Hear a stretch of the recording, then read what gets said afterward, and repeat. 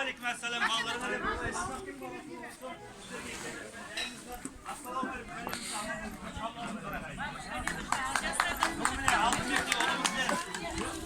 Kızımız baş boşluktan küleken akşa şakşak olabı söylerleri.